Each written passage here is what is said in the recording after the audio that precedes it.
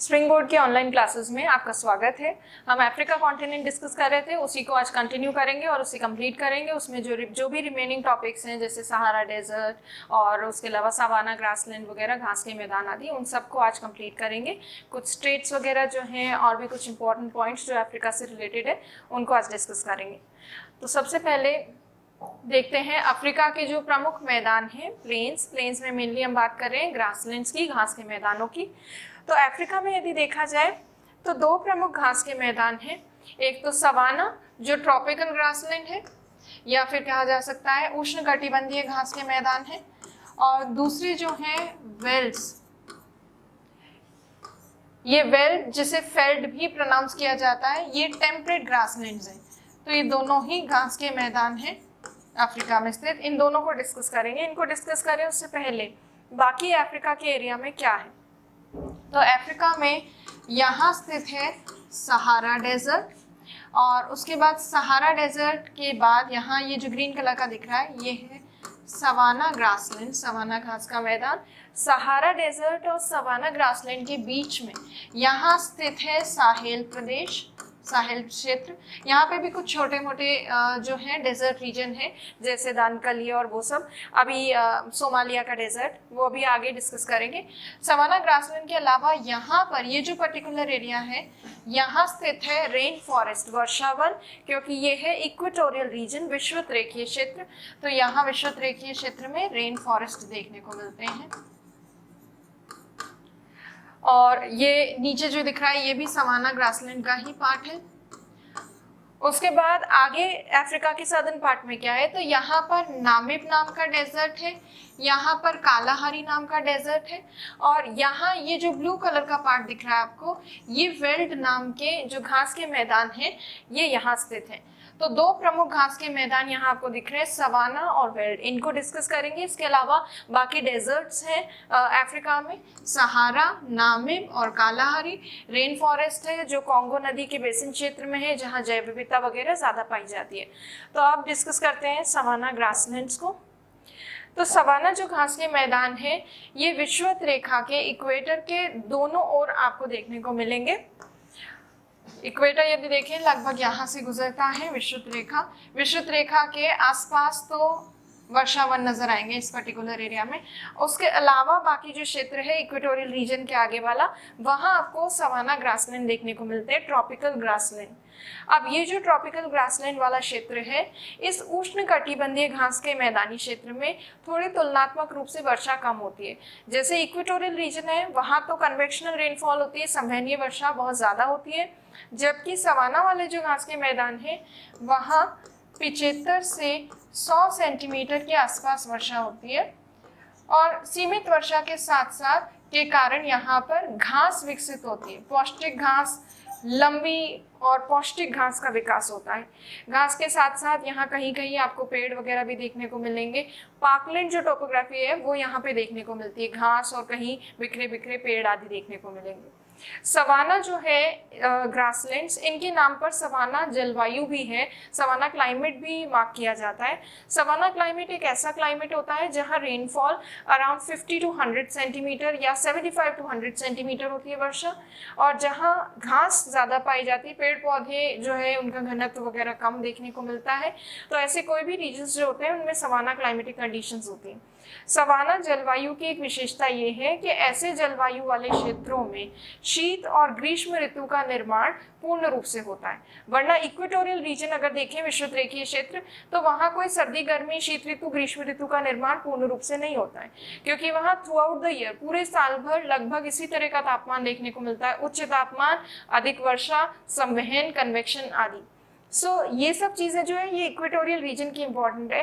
But equatorial के ऊपर जो ट्रॉपिकल जोन आता है, उष्णकटिबंधीय क्षेत्र, वहाँ थोड़ी वर्षा की मात्रा कम हो जाती है और शीत और ग्रीष्म ऋतु का प्रॉपर निर्माण होता है। तो सवाना जब क्लाइमेट की बात करते हैं तो क्लाइमेट में हम बताते हैं proper formation of winter and summer season, along with that rainfall which is around 75 to 100 centimetre. अभी हम क्योंकि घास के मैदान की बात करें तो उसको आगे डिस्कस करते हैं।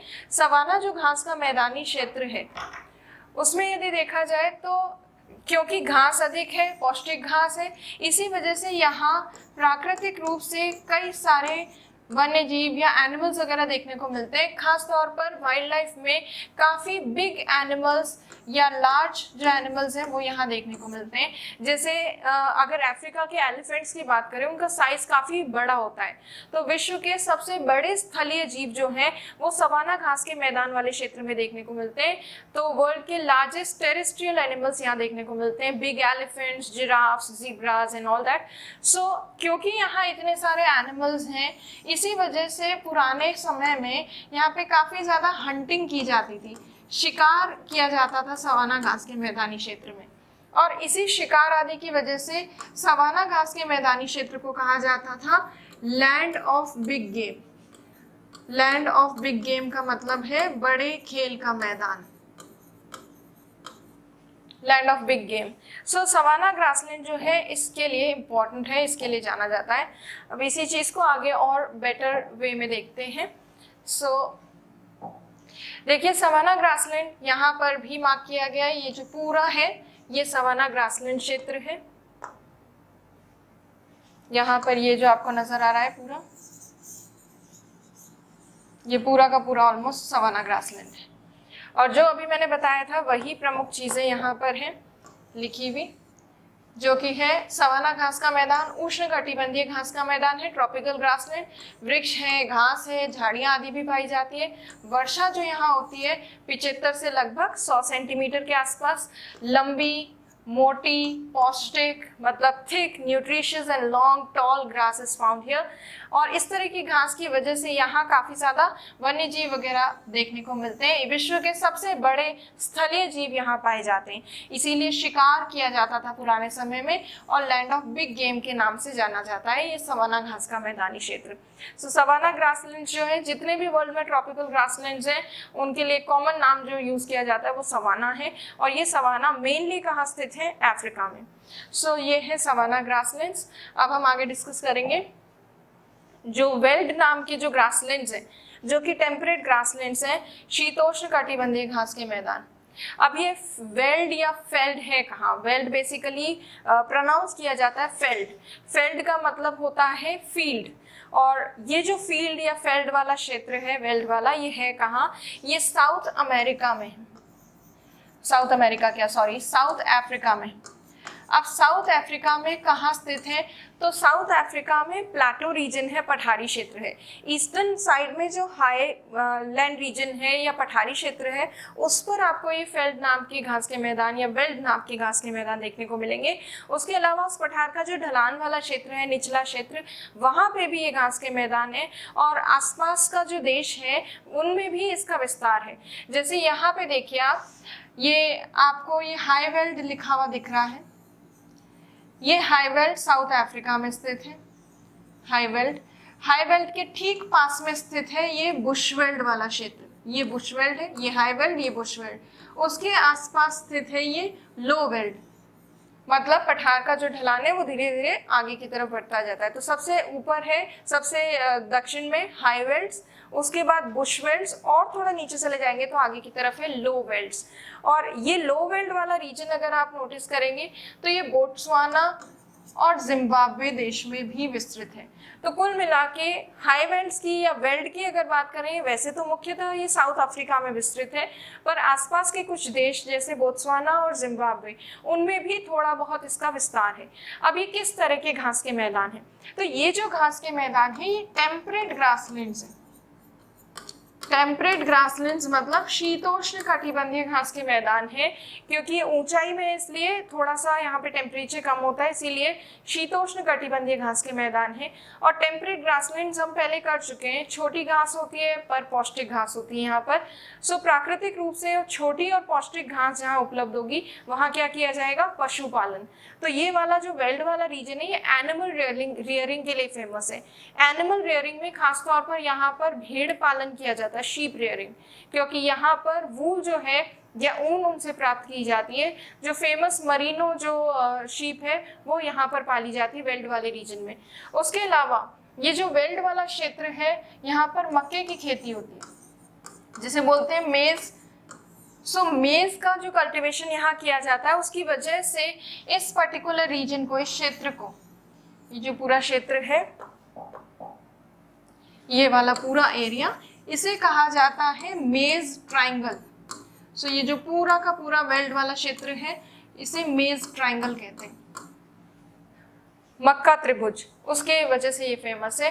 अब ये जो वेल्ड है, वेल्ड आसपास के देशों में, बोत्सवाना में, जाम्बिया में, और यहाँ एक छोटा सा देश है स्वाजीलैंड, उसमें भी थोड़ा बहुत इसका विस्तार है। तो फेल्ड जो शीतोष्ण कटिबंधीय घास के मैदान हैं अफ्रीका के, उनके बारे में ये प्रमुख चीजें थी, उसको देख लेते हैं वापस से। तो दक्षिण अफ्रीका में है वैसे मुख्यतः, उसके पूर्वी उच्च पठारी क्षेत्र में शीतोष्ण कटिबंधीय घास के मैदान, स्वाजीलैंड, लेसोथो, जिम्बाब्वे और बोत्सवाना, इन देशों में भी थोड़ा विस्तार इसका। अच्छा, मैंने आपको पहले बताया था वाल नाम की नदी जो है वो इसकी प्रमुख नदी है। वाल वही जो हमने की थी लास्ट वीडियो में, ऑरेंज की ट्रिब्यूटरी, ऑरेंज नदी जो कि साउथ अफ्रीका की प्रमुख नदी है। सो वाल नदी इसकी प्रमुख सहायक नदी है। उसके अलावा कृषि और पशुपालन के लिए ये उपयोगी है घास का मैदान, मक्के की खेती होती है ज्यादातर, और इसीलिए ये मेज ट्रायंगल या मक्का त्रिभुज वाला क्षेत्र कहलाता है। मरीनो भेड़ जो है वो यहाँ पाली जाती है अच्छी किस्म की ऊन के लिए। सो ये वेल्ड से रिलेटेड कुछ इंपॉर्टेंट चीजें हैं। सो दो ही मेन ग्रासलैंड्स थे वो हमने देख लिए। अब हम अफ्रीका के जो मेजर डेजर्ट्स हैं उनकी बात करेंगे। अफ्रीका एक हॉट कॉन्टिनेंट है क्योंकि इसका ज़्यादातर पार्ट किसमें है, ट्रॉपिकल जोन में, इसीलिए यहाँ कई सारे गर्म मरुस्थल है। और तीन गर्म मरुस्थल जो हैं हम डिस्कस करेंगे आज, सहारा, नामिब डेजर्ट और कालाहारी डेजर्ट। सो देखिए, ये तीन प्रमुख जो डेजर्ट्स हैं उनको आज हम डिस्कस करने वाले हैं। ये तो है उत्तर में सहारा मरुस्थल, यहाँ पर है नामिब मरुस्थल, और ये जो है ये कालाहारी डेजर्ट है। अब एक एक करके इनको डिस्कस करते हैं। सबसे पहले सहारा डेजर्ट के बारे में देखिए। सहारा डेजर्ट बहुत फेमस डेजर्ट है, और ये जो डेजर्ट है ये वर्ल्ड का सबसे बड़ा हॉट डेजर्ट भी माना जाता है, वर्ल्ड्स लार्जेस्ट हॉट डेजर्ट। और ये विश्व का जो सबसे बड़ा गर्म मरुस्थल है। इसको यदि आप ध्यान से देखें तो वैसे तो सामान्यतः मरुस्थल हमें अक्सर देखने को मिलते हैं महाद्वीपों के पश्चिमी भाग में, गर्म मरुस्थल ज़्यादातर वेस्टर्न साइड में देखने को मिलते हैं कॉन्टिनेंट्स के। बट ये एक ऐसा प्रमुख मरुस्थल है जो वेस्ट से लेकर पूरा ईस्ट तक आपको एक बेल्ट के रूप में दिखता है विस्तृत हुआ हुआ। अब ये मरुस्थल 11 प्रमुख देशों में, अफ्रीका के जो नदर्न पार्ट है उत्तरी भाग, उसके 11 मेजर कंट्रीज में इसका विस्तार है, जो यहाँ पे नजर आ रहा है। देखिए, मोरक्को में, अल्जीरिया में, ट्यूनीशिया में, लीबिया, इजिप्ट, सूडान, चाड, नाइजर, माली, मॉरिटानिया और वेस्टर्न सहारा, इन 11 कंट्रीज में विस्तृत है। सहारा डेजर्ट के अलावा इथोपिया और जिबूती वाला जो क्षेत्र है वहाँ पे भी कुछ डेजर्ट्स हैं, जैसे यहाँ इथोपिया जिबूती वाले क्षेत्र में दानाकिल मरुस्थल है, ये आपको एटलस में दिख जाएगा अलग से। और फिर वहाँ सोमालिया डेजर्ट है, सोमालिया में सोमालिया डेजर्ट है। सोमालिया डेजर्ट का एक और नाम है ओगाडेन, ओगाडेन। तो ये जो अलग से दो छोटे डेजर्ट्स हैं, इनके नाम भी आप याद कर सकते हैं, एटलस में इनके नाम हैं। वापस आ जाते हैं सहारा डेजर्ट की मेन पॉइंट्स में। तो सहारा डेजर्ट जो है, जो इन 11 कंट्रीज में फैला हुआ है, ये हॉटेस्ट डेजर्ट है। प्लस यहाँ ये डेजर्ट बना क्यों है, क्योंकि यहाँ पर है STHP भी इसी पर्टिकुलर रीजन से, इसी क्षेत्र से गुजरती है, सब ट्रॉपिकल हाई प्रेशर बेल्ट, उपोष्ण कटिबंधीय उच्च दाब पेटी। और पता है आपको वहाँ पे हाई प्रेशर बेल्ट वाले रीजन में वायु का अवतलन होता है, बादल निर्माण, वर्षा आदि की स्थिति नहीं बन पाती है। उसके अलावा एक कारण है, यहाँ एक ठंडी महासागरीय धारा है जिसका नाम है कैनरी धारा, CC जो हम करते हैं क्लास में। सो कैनरी धारा जैसी ठंडी धारा की वजह से भी यहाँ बारिश नहीं हो पाती है, इसीलिए सहारा मरुस्थलीय क्षेत्र का निर्माण होता है। अब डेजर्ट्स जो होते हैं वर्ल्ड में मेनली अगर देखा जाए तो दो तरह के डेजर्ट्स हो सकते हैं। एक तो रेतीले मरुस्थल जिसमें सैंड ड्यून्स वगैरह होते हैं। जो सैंडी डेजर्ट्स होते हैं, रेतीले मरुस्थल, उन्हें कहते हैं अर्ग। और जो पथरीले मरुस्थल होते हैं उन्हें कहा जाता है हमादा। तो सहारा मरुस्थल जो है ये हमादा मरुस्थल का उदाहरण है, क्योंकि ज्यादातर सहारा मरुस्थल ये क्षेत्र आपको पथरीला नजर आएगा, तो इसीलिए ये हमादा मरुस्थल का उदाहरण है। पर जहाँ पे भी मृदा आपको नजर आती है यहाँ लाल रंग की मिट्टी है, पत्थरों के टूटने से कटने से जो बनती है। यहाँ रेड कलर की सॉइल देखने को मिलती है। और ये जो सहारा डेजर्ट की लाल मिट्टी है, यहाँ से जो पवनें चलती हैं यूरोप की तरफ, सदर्न यूरोप की तरफ, वो पवनें यहाँ से लाल मिट्टी के कण ग्रहण करती हैं और उसके साथ साथ भूमध्य सागर से, मेडिटेरेनियन सी से थोड़ा मॉइस्चर कंटेन करती है, मॉइस्चर लेती हैं और उसके बाद इटली में जाकर और सदर्न यूरोप में जाकर लाल रंग की वर्षा करती है। और ये पवन हम लोकल विंड्स में पहले कर चुके हैं, जिसको इटली में कहा जाता है सिरोक्को। सो सहारा डेजर्ट में रेड सॉइल पाई जाती है। इन सब के अलावा डेजर्ट रीजन जो है वहाँ पे यदि देखा जाए तो कई सारी ट्राइब्स, जनजातियां वगैरह निवास करती हैं। दो प्रमुख जनजातियों के आपको नाम याद रखने हैं, क्योंकि सहारा एक इम्पॉर्टेंट डेजर्ट है, इसीलिए आपके मेंस में या अलग से पूछा जा सकता है आपसे 2 नंबर में, 5 नंबर में, तो आपको पास कुछ पॉइंट्स होने चाहिए लिखने के लिए। तो यहाँ 2 मेजर ट्राइब्स जो है वो रिसाइड करती रहती है, जिनका नाम है तुआरेग और बेदुइन। सो बेदुइन और तुआरेग, ये 2 ट्राइब्स हैं जो सहारा डेजर्ट रीजन में पाई जाती हैं, जो यहाँ पे लिखी हुई है, बेदुइन जनजाति और तुआरेग जनजाति। तो इन 2 जनजातियों के अलावा सहारा मरुस्थलीय क्षेत्र जो है उसमें एक अल अजीजिया नाम का स्थान है लीबिया में। सो लीबिया में यहाँ पर अल अजीजिया नाम का स्थान है जहाँ वर्ल्ड का हाईएस्ट टेम्परेचर रिकॉर्ड किया गया है। सो इसीलिए वर्ल्ड का हॉट डेजर्ट्स में से सबसे बड़ा है, प्लस हाईएस्ट टेम्परेचर भी इसी डेजर्ट रीजन में रिकॉर्ड किया जाता है। तो इसलिए सहारा डेजर्ट जो है वो इम्पोर्टेंट है इन चीज़ों के लिए। विश्व का सबसे बड़ा गर्म मरुस्थल 11 देशों में, हमादा का उदाहरण, मृदा लाल मृदा है यहाँ पर, तुआरेग बेदुइन जैसी जनजातियां यहाँ निवास करती है, अल अजीजिया नाम का स्थान जहाँ हाईएस्ट टेम्परेचर रिकॉर्ड किया गया है। सो ये मेजर चीज़ें हैं सहारा डेजर्ट की। अब हम बात करते हैं जो दक्षिण की तरफ अफ्रीका में जो मरुस्थल है, 2 प्रमुख मरुस्थल नामिब और कालाहारी, उनको डिस्कस करेंगे। सबसे पहले कालाहारी डेजर्ट को देखिए। कालाहारी डेजर्ट का अगर एक्सटेंशन देखिए, विस्तार, तो वैसे मेनली ये बोत्सवाना देश में विस्तृत है कालाहारी डेजर्ट। थोड़ा सा कुछ पार्ट इसका नामीबिया में है और थोड़ा सा कुछ पार्ट इसका साउथ अफ्रीका में भी देखने को मिलता है। अब जैसे अभी हमने देखा सहारा मरुस्थल तो हमादा मरुस्थल था क्योंकि पथरीला है। अगर हम इसकी बात करें कालाहारी मरुस्थल की, तो ये अर्क का उदाहरण है क्योंकि एक सैंडी डेजर्ट है, रेतीला मरुस्थल है, तो ये अर्क का उदाहरण है। और उसके साथ साथ ये जो कालाहारी मरुस्थल है, जैसे हमने देखा कि सहारा मरुस्थल में 2 ट्राइब्स हैं, तुआरेग और बेदुइन। कालाहारी डेजर्ट रीजन में बुशमैन नाम की एक ट्राइब पाई जाती है या निवास करती है। ये जो बोत्सवाना में ये कालाहारी डेजर्ट है, यहाँ पर एक नदी आकर यहीं इसी मरुस्थलीय क्षेत्र में लुप्त हो जाती है, यहीं पे डेल्टा सा बनाती है, उसका पानी फैल जाता है, खत्म हो जाती है, यहीं आकर समाप्त हो जाती है। उस नदी का नाम भी आप याद रख सकते हो, ओकवांगो नदी है यहाँ पर, ओकवांगो। ये नदी इसी मरुस्थलीय क्षेत्र में आकर खत्म हो जाती है, समाप्त हो जाती है, लुप्त हो जाती है, आप कह सकते हो। उसके अलावा सहारा डेजर्ट रीजन में पहले कालाहारी मरुस्थलीय क्षेत्र में पहले एक झील हुआ करती थी इस पर्टिकुलर एरिया में। यहाँ वो झील जो पहले हुआ करती थी वो अब सूख चुकी है। तो झील सूखने के बाद क्या बचता है, लवणीय झील के सूखने के बाद नमक की एक परत पाई जाती है, सॉल्ट पैन जैसी स्थिति देखने को मिलती है। तो यहाँ एक सॉल्ट पैन या सूखी हुई लवणीय झील के अवशेष पाए जाते हैं इस मरुस्थलीय क्षेत्र में, और वो है मकगाडिक गाडी सॉल्ट पैन। ये आपको एटलस में भी मिल जाएंगे। तो ये इस मरुस्थलीय क्षेत्र में स्थित सॉल्ट पैन है। तो एक सॉल्ट पैन, एक रिवर का बेसिन, एक रिवर आकर यहाँ पर समाप्त हो जाती है, प्लस बुशमैन जैसी जनजाति यहाँ निवास करती है, और इन देशों में ये विस्तृत है, बोत्सवाना, नामीबिया और दक्षिण अफ्रीका। सो ये है कालाहारी मरुस्थल की प्रमुख चीजें।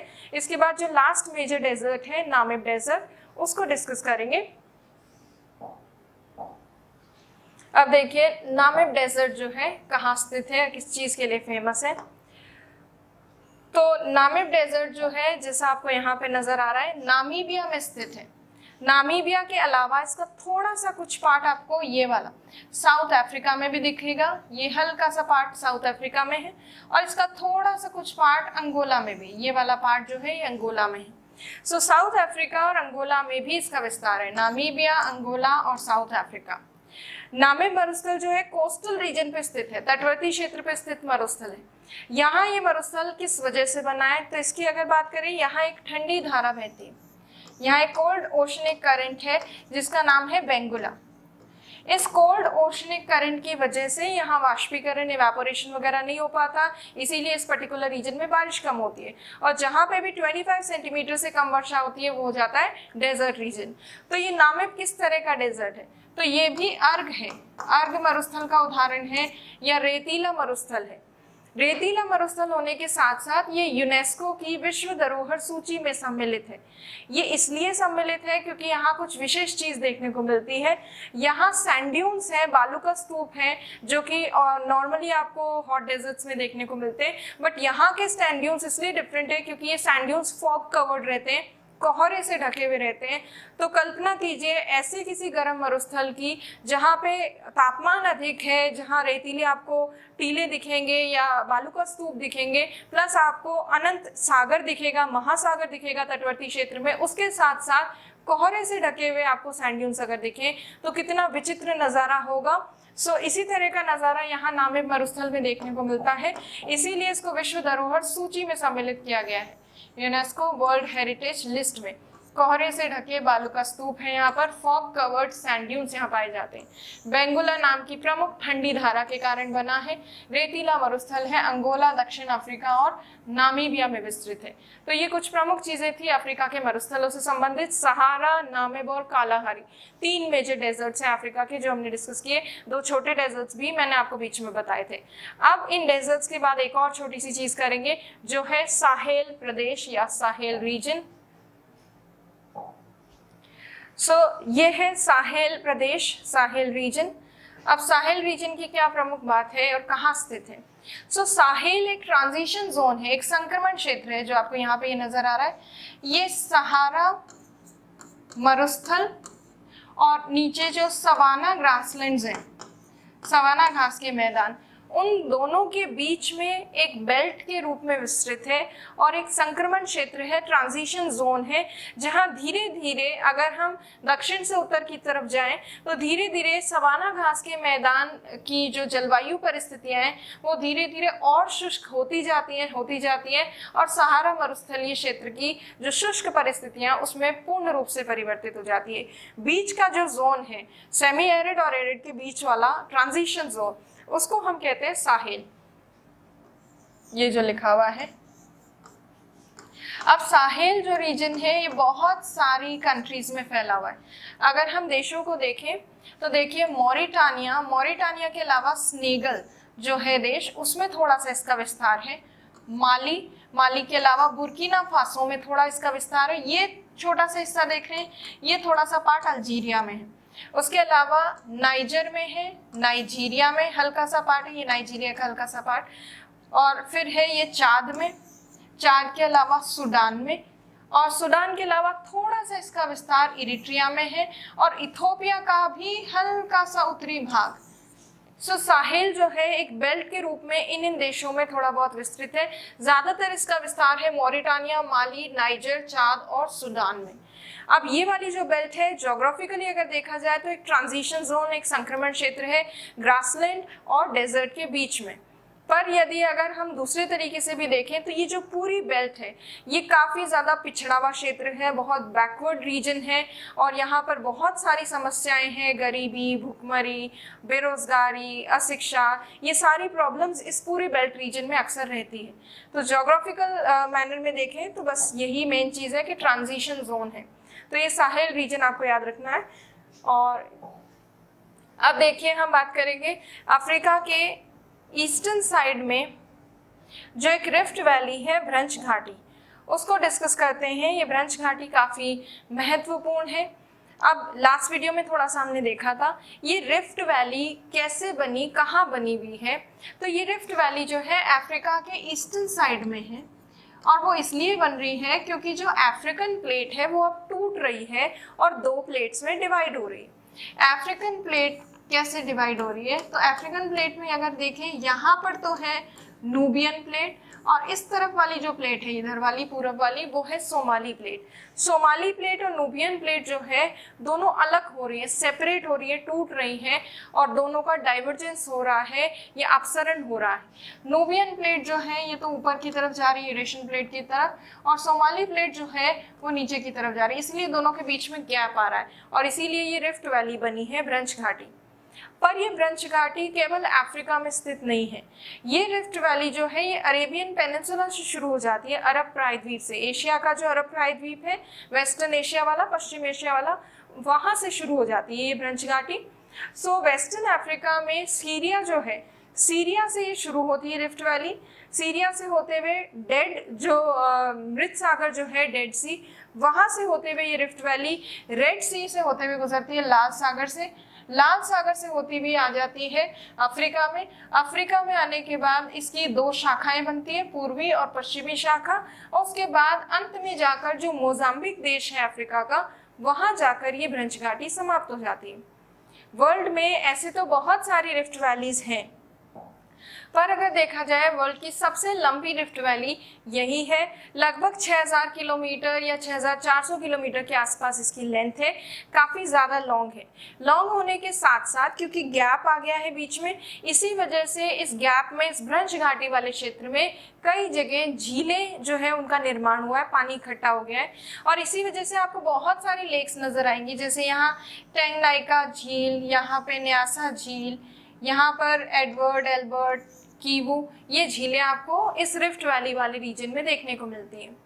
अब ये ब्रंच घाटी वाला जो क्षेत्र है, इसी के आसपास कई सारी ज्वालामुखी चोटियां भी देखने को मिलती है, क्योंकि प्लेट्स की मूवमेंट की वजह से कई बार कुछ वॉल्केनिक एक्टिविटीज भी यहाँ हो जाती हैं, और इसीलिए किलिमंजारो जैसा माउंटेन जो है वो रिफ्ट वैली के पास में स्थित है, और इसके साथ साथ केनिया माउंटेन जो है वो भी रिफ्ट वैली के पास स्थित है। इस तरह के कई प्रमुख ज्वालामुखी पर्वत इसके आसपास देखने को मिलते हैं। अफ्रीका ऐसा एक कॉन्टिनेंट है जिसमें ये एक प्रोमिनेंट फीचर अलग से नजर आता है, रिफ्ट वैली वाला और डाइवर्जिंग प्लेट्स वाला, और संभव है कि भविष्य में हो सकता है कि अफ्रीकन प्लेट जो है वो दो पार्ट्स में डिवाइड हो जाए। हो सकता है ये सोमालिया वाला पूरा पार्ट जो है ये अफ्रीका कॉन्टिनेंट से सेपरेट हो जाए, अलग हो जाए, तो इसीलिए ये रिफ्ट वैली जो है काफ़ी इंपॉर्टेंट है।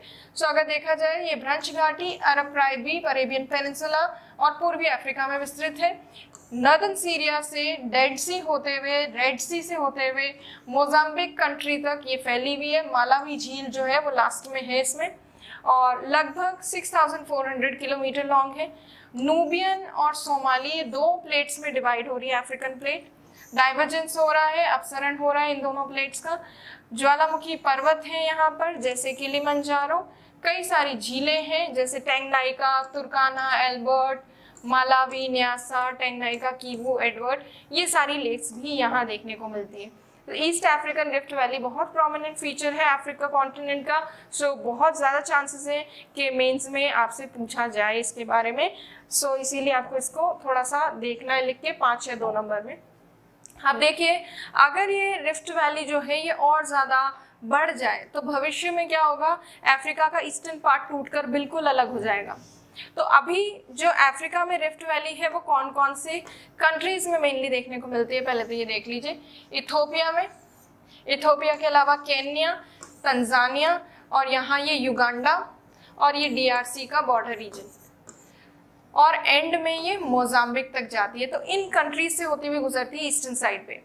अब फ्यूचर जो है या भविष्य में कई सालों बाद अफ्रीका इस तरह से नजर आएगा, जो कि अभी आपको कैसा नजर आता है। अभी आपने देखा अफ्रीका कितना बड़ा, लार्ज नजर आता है, पर ये टूटकर अलग अलग हो गया अगर इसका ईस्टर्न पार्ट, तो this is how Africa is going to look, और it doesn't look good, but it's okay. So इस तरह से लगेगा अफ्रीका। और पहले, बहुत पहले, इवन इंडिया, पेनिनसुलर इंडिया जो है, प्रायद्वीपीय भारत, वो भी अफ्रीका वाले इस हिस्से का, इसी का भाग था, गोंडवाना लैंड का पार्ट। सो इसीलिए टाइम के साथ प्लेट्स में चेंजेस आते रहते हैं। और अब अगर हम देखें, अफ्रीका का एक बहुत मेजर आइलैंड है, द्वीप आइलैंड, मेडागास्कर आइलैंड है कहाँ पर, तो ये अफ्रीका के ईस्टर्न साइड में स्थित है। पूर्वी भाग में, यहाँ हिंद महासागर वाले क्षेत्र में ये मेडागास्कर आइलैंड स्थित है, जो कि इंडियन ओशन का सबसे बड़ा आइलैंड है। अब ये आइलैंड को अगर हम देखें तो वैसे तो ज़्यादा हिस्ट्री में हम जाएंगे नहीं, बट ये जो गोंडवाना लैंड वाला पार्ट पहले था, जिसका हिस्सा है भारत का प्रायद्वीपीय भाग, पेनिनसुलर इंडिया वाला पार्ट, इस पेनिनसुलर इंडिया वाले पार्ट का ही हिस्सा था मेडागास्कर। जब अफ्रीका वाले पार्ट से इंडिया वाला पार्ट अलग हुआ था, तब मेडागास्कर इससे जुड़ा हुआ था। फिर उसके बाद इंडिया वाला हिस्सा तो आगे की तरफ चला गया, यूरेशियन प्लेट की तरफ, ये हिस्सा मेडागास्कर वाला यहीं रह गया। इसीलिए मेडागास्कर द्वीप जो है वो आज भी यहाँ स्थित है और काफ़ी बड़ा आइलैंड है इंडियन ओशन का, largest island of Indian ocean. और इसके अलावा मेडागास्कर के अलावा सेशल्स और मॉरिशस जैसे इम्पॉर्टेंट जो आइलैंड्स हैं, द्वीप, वो भी अफ्रीका कॉन्टिनेंट का ही पार्ट है। सो इस तरफ ईस्टर्न साइड में इंडियन ओशन में तो सेशल्स, मॉरिशस, मेडागास्कर जैसे द्वीप हैं। अटलांटिक ओशन की तरफ सेंट हेलेना, कैनरी द्वीप, इस तरह के कई आइलैंड्स हैं जो अफ्रीका में सम्मिलित हैं। आप एटलस में आसपास जितने भी आइलैंड्स हैं उनको एक बार देखना। अब इसके बाद आगे डिस्कस करते हैं अफ्रीका से रिलेटेड और भी कुछ चीज़ों को। यहाँ पे जो आपको नज़र आ रहा है वो है सिनाई प्रायद्वीप या सिनाई पेनिनसुला। ये सिनाई पेनिनसुला है कहाँ पर? तो अफ्रीका का अगर मैप देखा जाए, ये है हॉर्न ऑफ अफ्रीका, यहाँ पर है ये सिनाई पेनिनसुला, ये है लाल सागर ये वाला, और आगे शुरू हो जाता है अरेबियन पेनिनसुला, अरब प्रायद्वीप, ये रेड सी है, ये लाल सागर, यहाँ भूमध्य सागर, मेडिटेरेनियन सी, यहाँ इंडियन ओशन शुरू हो जाता है, और ये है वेस्टर्न एशिया, ये वेस्ट एशिया, पश्चिम एशिया, अरब प्रायद्वीप वाला भाग, ये अफ्रीका। और इनके बीच में यहाँ स्थित है लाल सागर के ठीक उत्तरी भाग में, नदर्न पार्ट ऑफ रेड सी जो है, वहाँ पर एक ट्राइंगल शेप का लैंडफॉर्म है जिसको हम सिनाई पेनिनसुला या प्रायद्वीप कहते हैं। तो बेसिकली अगर देखा जाए तो सिनाई पेनिनसुला जो है ये अफ्रीका कॉन्टिनेंट और एशिया कॉन्टिनेंट के बीच में एक लैंड है जो दोनों को कनेक्ट कर रही है। उसके अलावा सिनाई पेनिनसुला वाला जो पार्ट है, यहाँ पर एक कंट्री है अफ्रीका की जिसका नाम है इजिप्ट। इसी इजिप्ट का पार्ट है ये सिनाई पेनिनसुला वाला पार्ट, हिस्सा। तो देखिए यहाँ पर जो आपको नजर आ रहा है ये रेड सी है, लाल सागर, लाल सागर का के ही उत्तरी भाग में सिनाई प्रायद्वीप है जो इजिप्ट का हिस्सा है, मिस्र का। इजिप्ट जो है यहाँ पे स्थित कंट्री है अफ्रीका की, और इसी सिनाई प्रायद्वीप वाले भाग के द्वारा अफ्रीका और एशिया कॉन्टिनेंट कनेक्ट हो रहे हैं। इसके ठीक पास में इजराइल है, और सिनाई प्रायद्वीप वाला जो भाग है, पेनिनसुला वाला पार्ट, इसको काट कर यहाँ पे स्वेज नहर बनाई गई है, स्वेज कैनाल बनाई गई है, जो कि काफ़ी ज़्यादा महत्वपूर्ण है, वर्ल्ड की सबसे बिजिएस्ट कैनाल है, सबसे ज़्यादा कमर्शियली इम्पॉर्टेंट कैनाल है, जिसको अभी हम डिस्कस करने वाले हैं। तो सिनाई पेनिनसुला अक्सर पूछा जा सकता है, इम्पॉर्टेंट है। सो प्रायद्वीप लाल सागर के उत्तर में स्थित है, अफ्रीका एशिया को जोड़ता है, मिस्र का भाग है, एशिया का भाग माना जाता है। अब सिनाई पेनिनसुला वाला ये जो हिस्सा है ये एशिया का पार्ट माना जाता है। तो अगर कहा जाए कि इजिप्ट, मिस्र जो है उसका थोड़ा सा पार्ट एशिया में है तो वो गलत नहीं होगा, क्योंकि सिनाई पेनिनसुला वाला हिस्सा एशिया का पार्ट है। सो ये रेड सी के नॉर्थ में यही बेसिक चीज़ें जो अभी हमने डिस्कस की है। अब बात करते हैं सबसे इम्पोर्टेंट, कमर्शियली सबसे इम्पोर्टेंट जो कैनाल है, स्वेज कैनाल, उसके बारे में। ये देखिए स्वेज कैनाल, स्वेज नहर बनाई क्यों गई है, क्या ज़रूरी था स्वेज नहर को बनाना, या किस वजह से ये इम्पोर्टेंट है? तो यदि हम देखें, आपको याद होगा स्टार्टिंग में हमने डिस्कस किया था, ये अफ्रीका कॉन्टिनेंट के यहाँ सदर्न पार्ट में एक इम्पॉर्टेंट केप है जिसका नाम है Cape of Good Hope. Cape of Good Hope वाला जो क्षेत्र है वो एक इम्पॉर्टेंट पार्ट है और अंतर्राष्ट्रीय जलमार्गों में एक महत्वपूर्ण जलमार्ग माना जाता है। तो पुराने समय में जब यहाँ स्वेज नहर की सुविधा उपलब्ध नहीं थी, तो यदि यूरोप से कोई सामान भेजना है एशिया की तरफ, तो वो सामान सेल करके जाता था केप ऑफ गुड होप के रास्ते से, उत्तम आशा अंतरीप वाले क्षेत्र से घूम कर जाना पड़ता था। बट जब से स्वेज नहर बनी है, एशिया से सीधे लाल सागर होते हुए यूरोप तक पहुंचा जा सकता है। तो यूरोप एशिया के बीच में जो डिस्टेंस था वो काफ़ी कम हो गया है जब से स्वेज कैनाल बनी है। और स्वेज कैनाल जो है इसलिए भी काफ़ी इम्पॉर्टेंट है क्योंकि ये अफ्रीका और एशिया वाले पार्ट के, एशिया वाले कॉन्टिनेंट के बीच में है, और अफ्रीका एशिया कॉन्टिनेंट वाले पार्ट के बीच में स्थित होने की वजह से दोनों ही एशिया और अफ्रीका कॉन्टिनेंट्स ऐसे हैं जो कि बहुत ज़्यादा पॉपुलेशन जिन कॉन्टिनेंट्स में, इसीलिए स्वेज कैनाल वाला जो एरिया है ये सबसे ज़्यादा पॉपुलेशन को सर्व करने वाला जो अंतर्राष्ट्रीय जलमार्ग है वो माना जाता है। जब से स्वेज नहर बनी है इसने अंतर्राष्ट्रीय जलमार्ग के जो दूरी है उसको काफ़ी कम कर दिया है। इसकी वजह से फ्यूल कंजम्पशन वगैरह कम हो गया है, और उसके साथ साथ जो पेरिशेबल गुड्स होते हैं, खराब होने वाली जो प्रोडक्ट्स होते हैं, वो भी आसानी से सही समय रहते पहुंचाए जा सकते हैं। बट अभी भी केप ऑफ गुड होप या उत्तम आशा अंतरीप, मतलब नीचे से दक्षिण से घूमकर आने वाला रास्ता जो है वो अभी भी बंद नहीं हुआ है। अभी भी कई शिप्स वहां से घूमकर जाते हैं यूरोप की तरफ। तो कुछ शिप्स इतना लंबा रास्ता क्यों अपनाते हैं? जब स्वेज नहर की सुविधा उपलब्ध है तो वो सीधा शॉर्टकट से क्यों नहीं आते?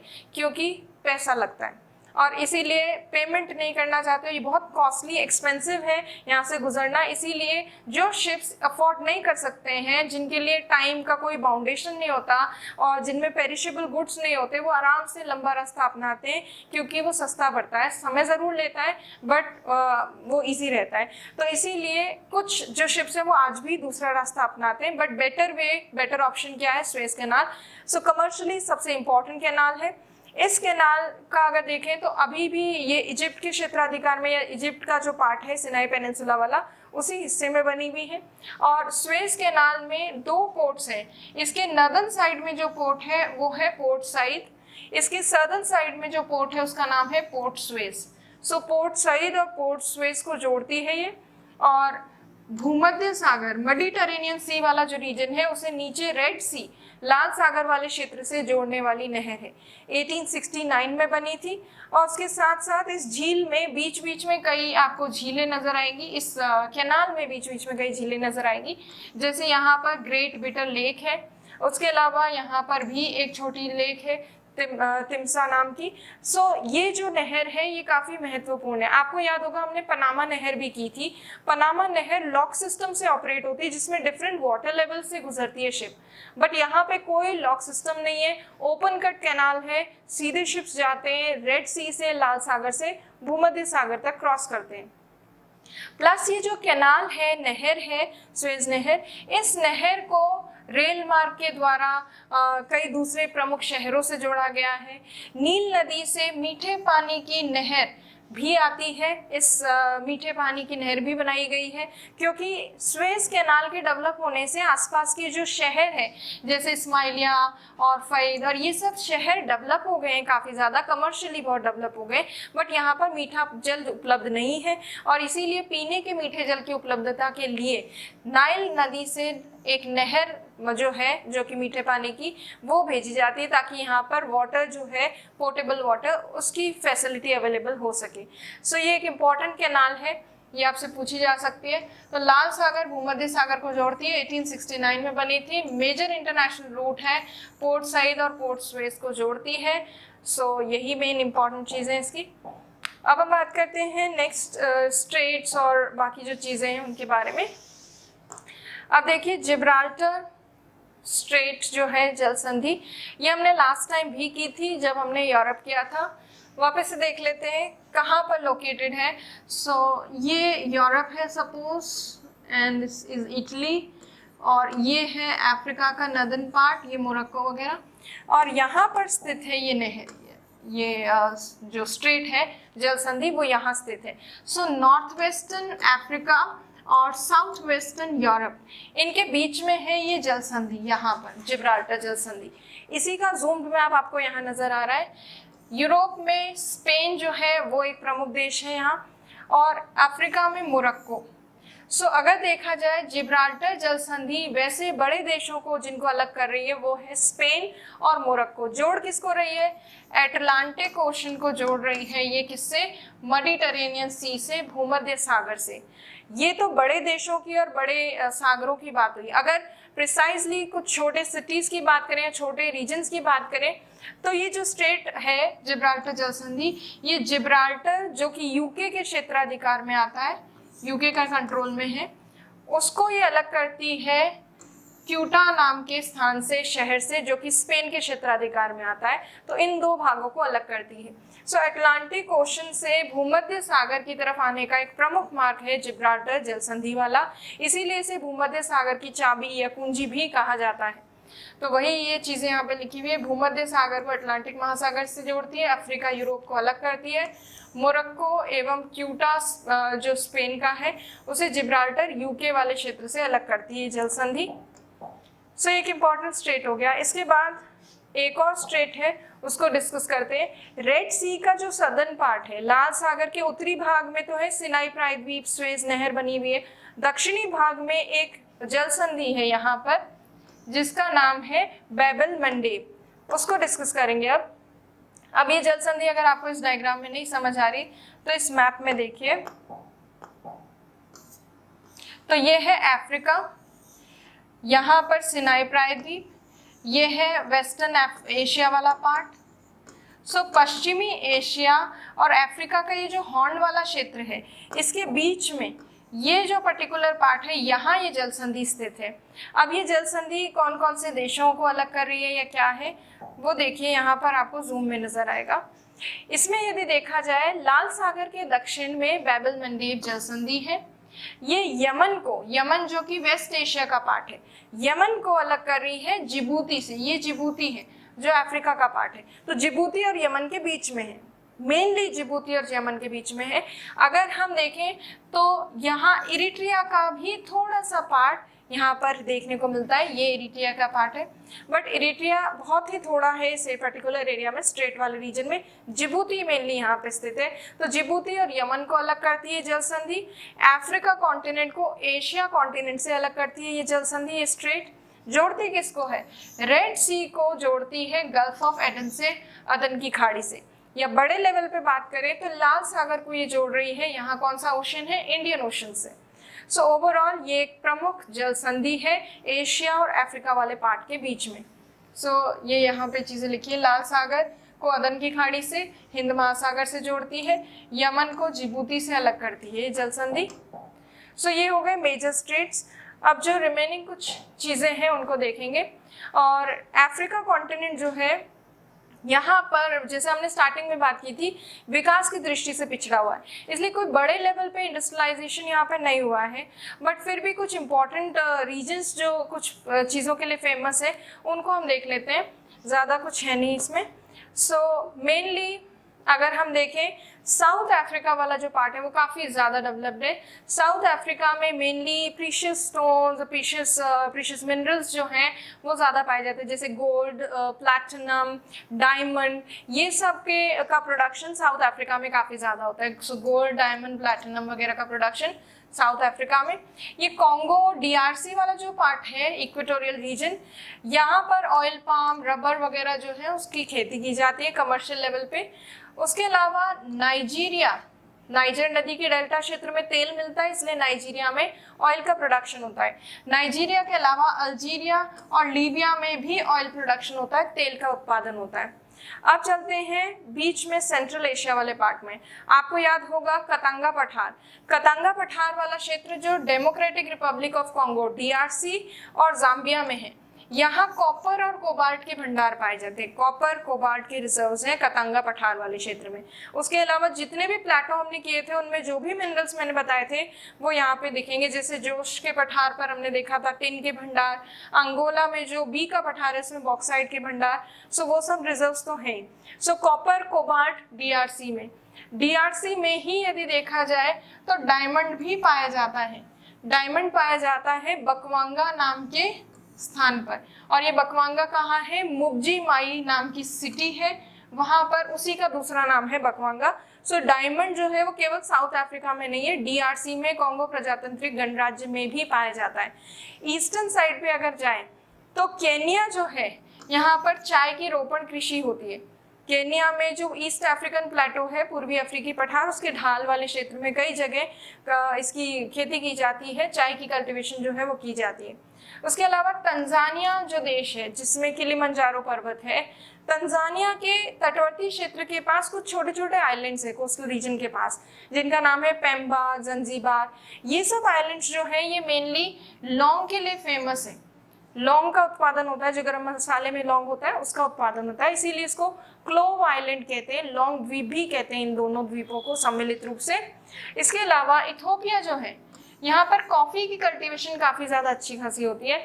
कॉफी कल्टीवेशन यहाँ इथोपिया का एक काफा नाम का प्रांत है, वहीं पर सर्वप्रथम कॉफी का उत्पादन हुआ था। तो कॉफी की जन्मभूमि कह सकते हैं इथोपिया का जो काफा नाम का प्रांत है उसको। फिर इजिप्ट में जो नील नदी का बेसिन क्षेत्र है, उसकी डेल्टा रीजन, उसके आसपास का क्षेत्र, वहां पर होती है कॉटन कल्टीवेशन, कपास की खेती। तो इजिप्ट फेमस है कॉटन कल्टीवेशन के लिए।